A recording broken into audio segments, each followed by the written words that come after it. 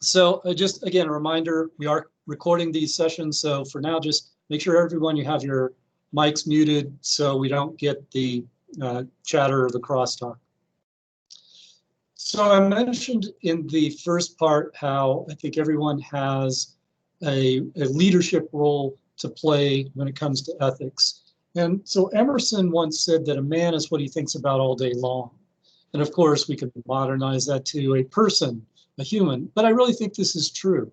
I think those things that we tend to obsess over or dwell on constantly tend to get reflected in our behaviors. So if it's about both outcomes in ethics, it's about both personal well-being and the well-being of others.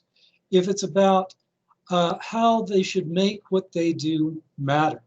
So if we take all of these things into account, and most importantly, not just how what we do impacts ourselves, but how does it impact those around us, those stakeholders. When we take these things into account, then those, I believe, are the instincts of becoming a good ethical leader.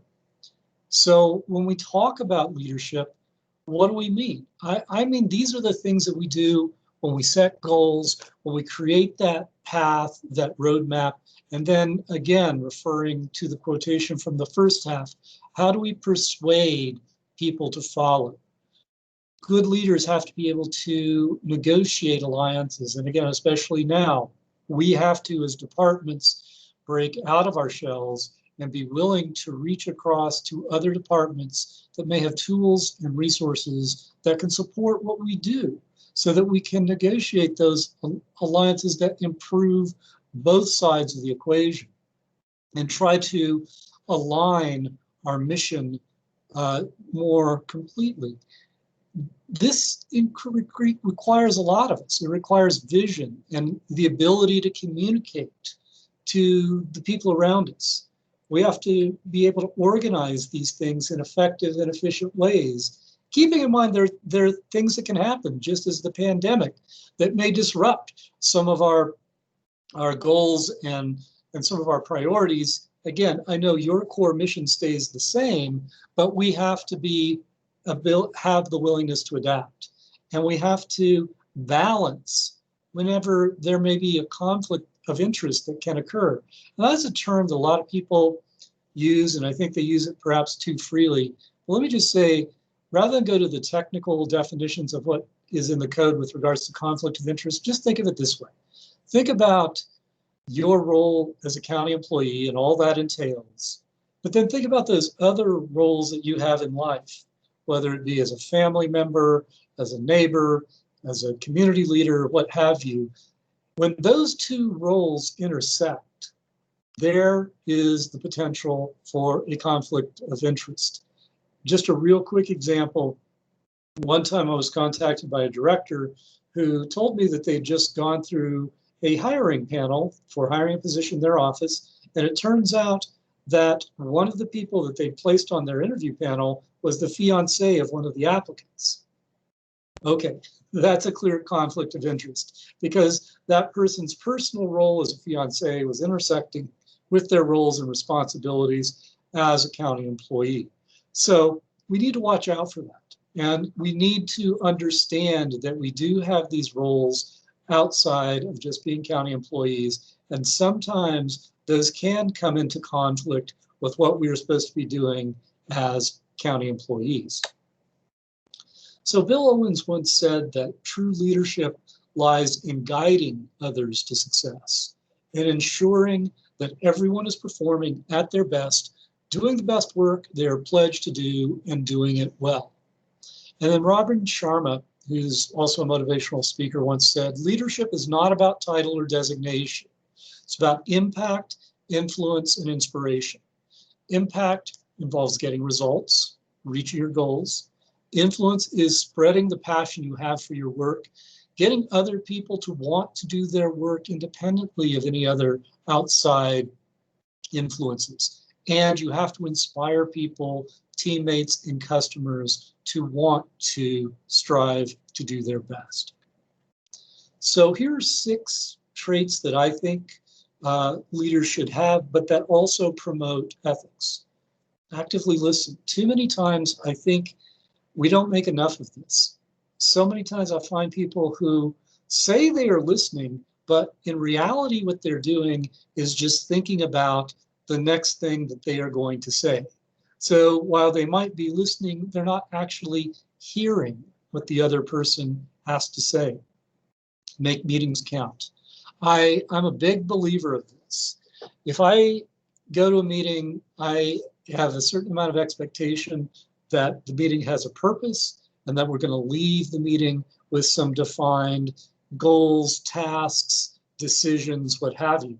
Can't tell you the number of times I've gone to a meeting and everyone seems to be shaking their head in acknowledgement, and then there's no follow-through. And so now we have to have another meeting.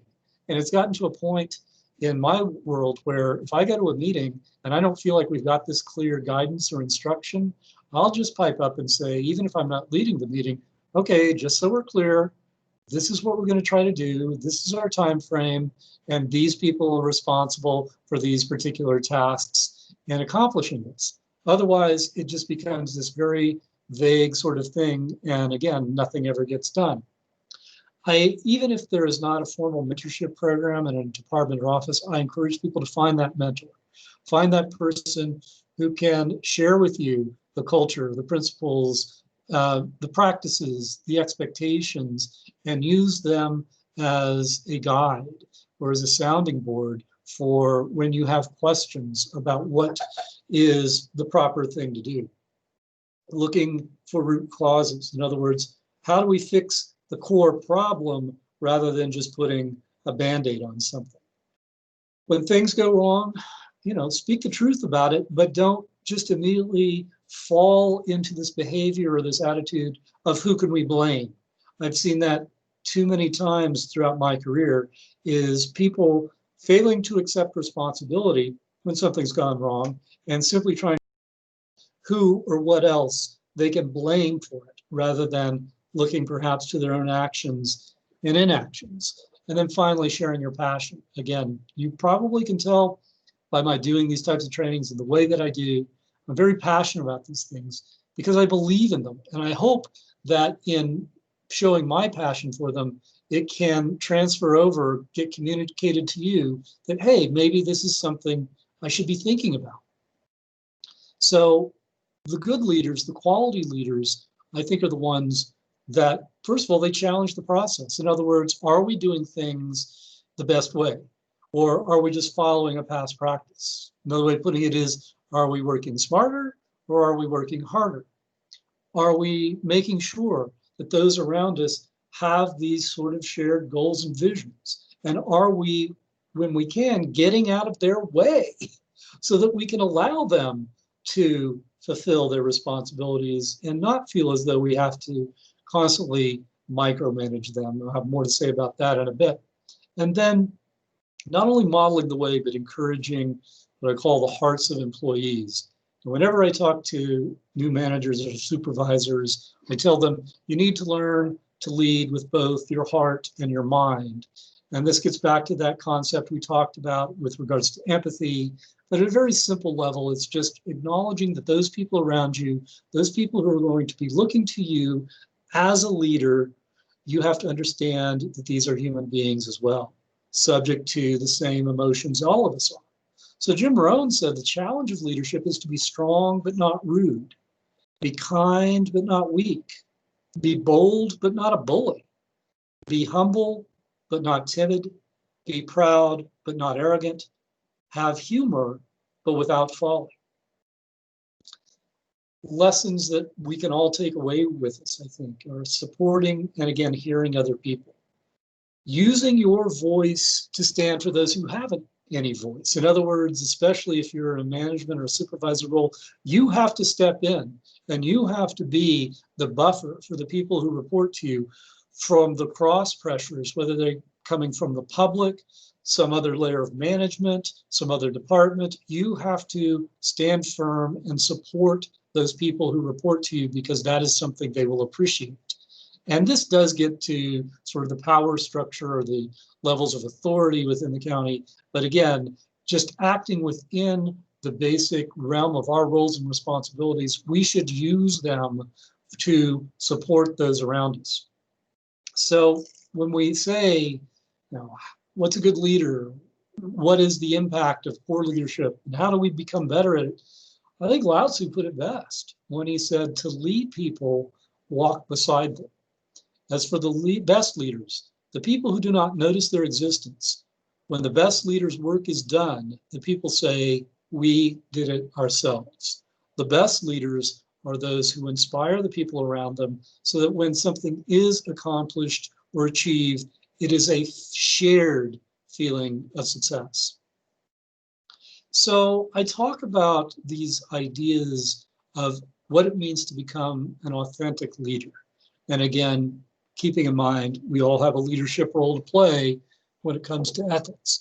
But leaders that are, in my view, authentic are ones that demonstrate these very sort of core values. And the very first one is being self-aware. Again, being aware of their strengths and aware of their weaknesses. A common mistake I see new supervisors and managers make is that because they have the title, they feel as if they have perfect knowledge of everything when in fact they don't. And when they're caught short, they will then replace reason or intelligence with aggression just to try to coerce or bully people to getting their way. We have to be able and willing to show a part of our real selves and our personalities so that it doesn't seem like we have this sort of plastic appearance when we're in our professional lives, but that's very different from our private ones. And I'm not saying, of course, don't be unprofessional, but I'm saying show a bit of your own personality and yourself in these things. We have to be mission driven. We have to think about what are our long-term goals and strategies, and how do we place the organization ahead of our own interests. I remember reading one book on management one time written by a former admiral in the Navy, and he said when he first took a command role within the Navy, one of the biggest things he had to learn was that there was no person on any ship that he was assigned to, and that included himself, who was more important than the group, than the totality. Again, leading with your heart and mind. You have to be direct with people, but you have to understand that your decisions are going to impact people's emotions, especially when these are, say it's bad news, or you're giving them a decision that they don't want or they don't like. You have to be willing to understand that these people will respond emotionally, and it doesn't mean that you have to change your decision. It just means do it in a way that is going to most effectively take these considerations into account. And then staying focused on the big picture and taking the time and the patience to nurture those people around you, like we were talking about right before the break. What are we doing to support each other and to try to grow our people in a way that their skills will continue to evolve, as we all should be doing, which will allow them to take on those greater roles and responsibilities that I think we all seek. So how do we get people to follow us? Well, Jim Fitt, who's the CEO of Velisoft, said, people at work follow you, you need to be worthy to follow. You do this by valuing people and building positive work relationships. In these relationships, you can equip your team to do their best work. One of the most common complaints I hear from employees is, I don't have the necessary tools or resources to complete my work. Okay, that falls on the people who are in the decision-making and management roles to try to ensure that you have those tools or those resources. And if we can't obtain them, then again, we may need to readjust our goals or our mission. And Simon Sinek once said, a boss who micromanages is like a coach who wants to get in the game. Leaders guide and support, and then they sit back to cheer from the sidelines. Another thing, and I'm not an apologist for the county. I know we're not a perfect organization, but I see certain managers who I just think are micromanaging their people. And when we do that, it tends to engender resentment. like we feel as though we're not being trusted. And those are the employees who are not going to be as persuaded towards your side and to follow you. Henry Gruland said, being a leader is more than just wanting to lead. Leaders, again, have empathy for others and a keen ability to find the best in people, not the worst, by truly caring for others. So how you treat employees, especially when they are choosing to take the next step in their career, whether that means they're going to move on to another department or to another organization, how you treat those people speaks volumes about not only yourself as a manager, but about the organization. In other words, when people decide to take those next steps, do we thank them? Do we encourage them? Do we acknowledge the value that they have given to our office or our group? Or do we shun them, give them a silent treatment? Do we ignore them until it's their last day in the office? Well, if we do the latter, then we're merely validating their decision, number one, but number two, we're making a statement about how the organization treats employees. And it's a very big statement. And it's a statement that's going to make an impact not only on that employee who's moving on, but about everyone around them. And they're going to see that and they're going to think to themselves, oh, why should I be expected to be treated any differently? So, and this relates a bit to what we were talking about before the break, this idea of strong office cultures include those people we might consider to be misfits. And by that, I mean, we shouldn't be looking at people who may think a little bit differently or maybe have different social skills. Again, not getting into a realm where it's inappropriate or it violates policy, but don't judge those people as just being odd or out of the loop. We need to understand that everyone has a value and that we need to craft their position, their responsibilities around their certain extra eccentricities so that it works for them in a meaningful way and still gives a positive outcome for the group. So when we're in these difficult situations, we need to remind people of the scarcity of time, thinking about solutions, detaching from negative behavior, and always keeping different perspectives in mind.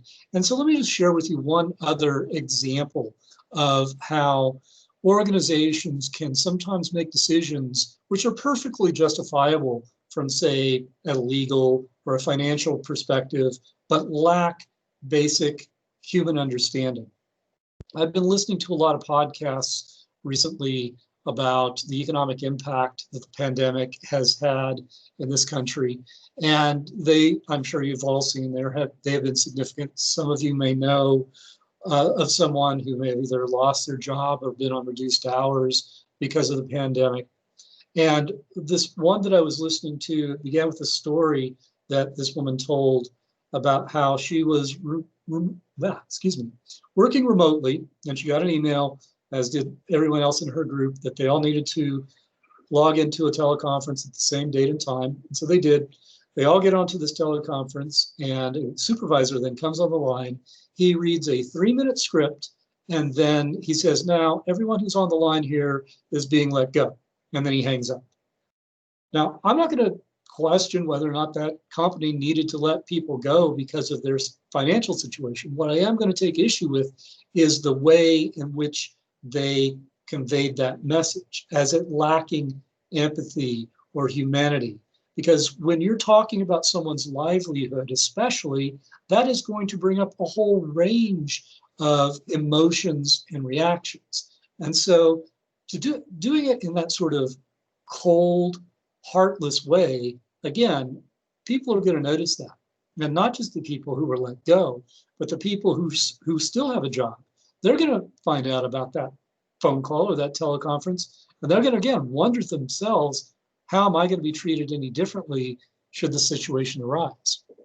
There's another quote from Emerson where he said, "What you are thunders so loudly that I cannot hear what you say to the contrary." This gets back to what we talked about in the beginning about how what we do conflicts or confronts what we say. And the example I'm thinking about here, this was in the news a couple of months ago. I don't know if any of you caught it, but it involves the Ohio State Legislature's Speaker of the House, who is currently under a $60 million federal indictment for bribery and racketeering charges. Now, I'm sure when that person for office, he did so on a platform of, you can trust me, I will be a good steward for the public resources.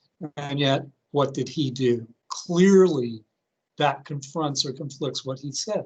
So again, we have to create, but also maintain these cultures. We need to have active leaders. I always say we want the leaders who are what I call the walk-around managers, who know what their people are doing, what they're up to, whether they have the resources that is necessary. Because while I think we all have a leadership role to play in ethics, it is certainly our senior management that must talk ethical, act ethical, and provide the resources necessary. They have to walk their own ethical talk. Because when we do that, when we act in a way that projects these values, we're building and maintaining those cultures that we want to have and that we want the county to have as an organization. Because again, I can do as many trainings, I can pass out as many codes, but at the end of the day, the things that people, and this is employees in any group, in any organization, the things they will act on are what is the boss telling me to do and what are my coworkers doing? Because those are the most perceived behaviors. The boss is telling me to do it, I'm going to assume it's correct. If I see someone else doing it and they're not going to get in trouble, I'm going to assume that I can do that too.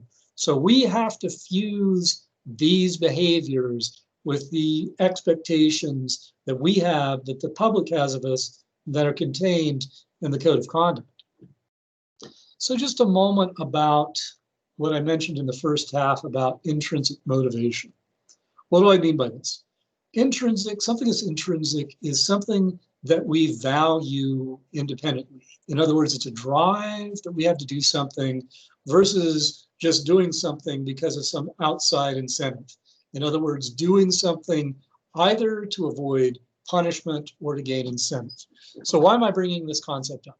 Well, through the research that we've done, and I have to take a moment here to thank Rachel, who's on the line, who puts these presentations together for us. She does the scheduling, she creates the modules. As I like to say, none of the magic happens without her. So you all need to express your thanks to Rachel when we're done here, because she does such a fantastic job. But in the research that she's done here, we found that psychologists tend to agree that neither punishment nor incentive work as well as intrinsic motivation. So unless you motivate yourself, unless you have that intrinsic internal drive, there's not going to be a lasting effect. So those intrinsic, extrinsic motivators we talked about, rewards, punishment, they are less effective. But when they remind us of our intrinsic values, they can become powerful. So for example, maintaining good health. We may say that maintaining good health is necessary because we ultimately want to spend more time with our kids, and that reminds us of that intrinsic principle. In a work environment, you don't show up to work because you want to avoid either being fired or because your boss told you to do so. Those are extrinsic motivators. You do it because you want to stay gainfully employed and you want to maintain that positive relationship with your boss and those values that you want to demonstrate, that you want to display.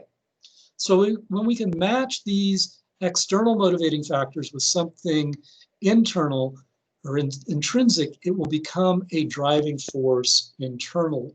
So again, what we've found is that the most effective workers are those who would do the things that they do just for, whether you want kind of the joy or the passion or the feeling of accomplishment or value they get out of doing them, rather than just for the paycheck or to avoid getting disciplined. So when we try to convince someone to do something, we need to try to get close to those real intrinsic sources. When we can appeal to the internal motivators, we will have more effective employees rather than just trying to offer them the carrot or the random incentive. And so, for example, don't just tell someone they need to work harder, but emphasize with them that the time they spend at work is valued and will lead to greater rewards and successes down the road. And this, again, gets reflected in how we deal with the public. How are we providing that efficient and, say, personable service that makes the work experience better for us? And in your environment, I know you deal with the public a lot, and you're dealing with very, shall we say, emotionally tied individuals who are going to have maybe strong feelings one way or the other about how things are done. And we need to be able to communicate, again, our roles and responsibilities, but also our values, and give that concise instruction to the public to open that line of communication and also to build trust. I know I'm kind of rounding out towards close to the end here, but I do want to take a moment to talk about some other things. And one of those things is public records. As some of you may know, up until recently, our office was responsible for routing public records requests that come into the county.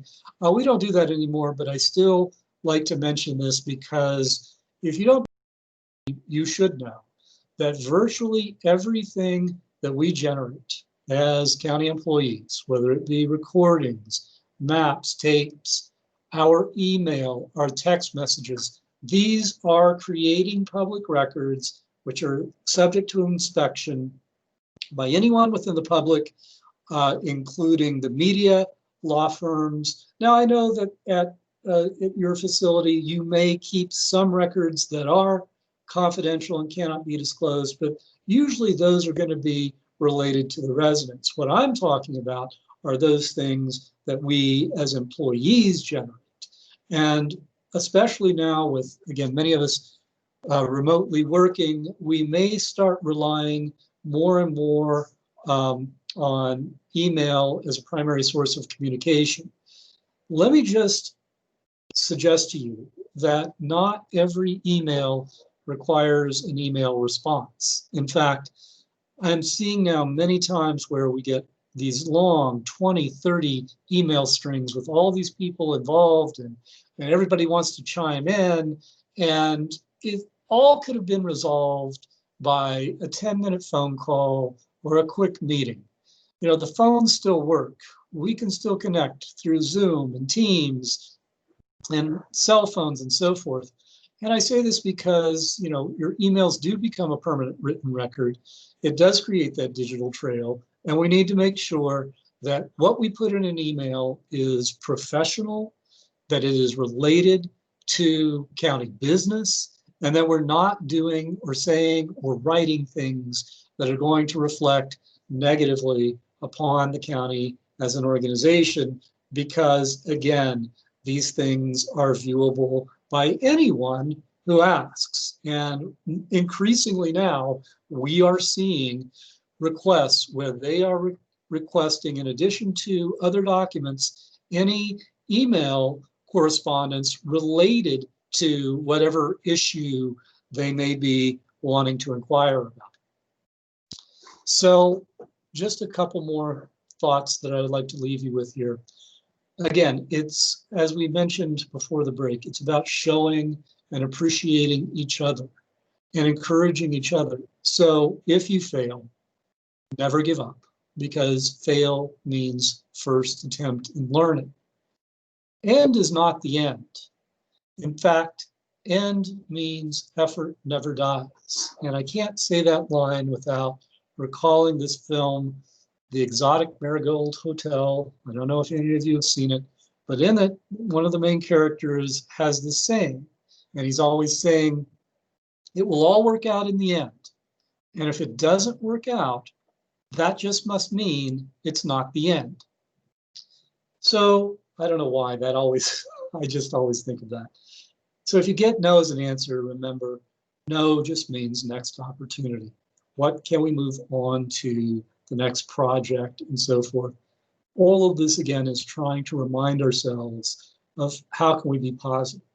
Because when we adopt these attitudes, when we maintain these cultures, these practices, these behaviors, and we keep in mind that all of this we do in that realm of transparency, then we have to create and understand that we are having an ethical culture that ultimately is going to save us time, is going to save us money, and in my view, and perhaps most importantly, is going to save us reputation.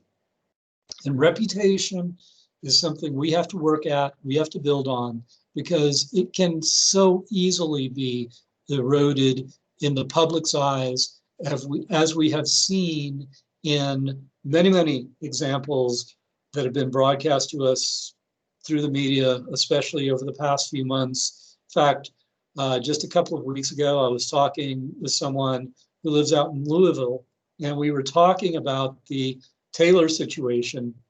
And he just somewhat as a part of our conversation, but kind of out of the blue said, well, if you were to have a conversation with the new police chief of Louisville, what would you tell her? And I had to think about it for a moment because it's a really great question. And I said, well, I guess one of the things I would say to her, keeping in mind all of those things that she is inheriting, the negative perception, the reputation, the media coverage, the force that she has with her, the community, et cetera. I guess what I would say is, what are those actions, changes that you can make that say to all of those stakeholders, this circumstance, this situation does not represent who we are. And what are you going to do to try to rebuild that trust and that reputation? So that is the bulk of the presentation. This concluding slide here is just some other things that we do in our office. Again, keeping in mind that you can always contact us at compliance@bernco.gov. So with that, let me again take us off of share screen. We have a little bit of time, and I don't want to unnecessarily hold us over, but I do want to encourage any conversation, questions, comments you might have.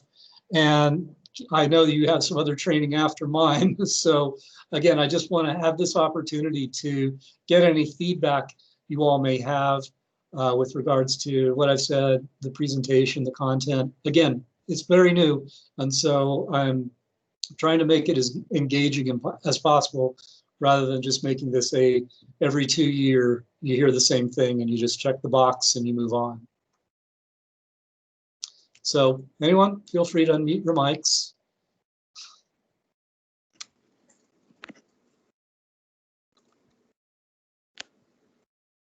I think I heard someone there.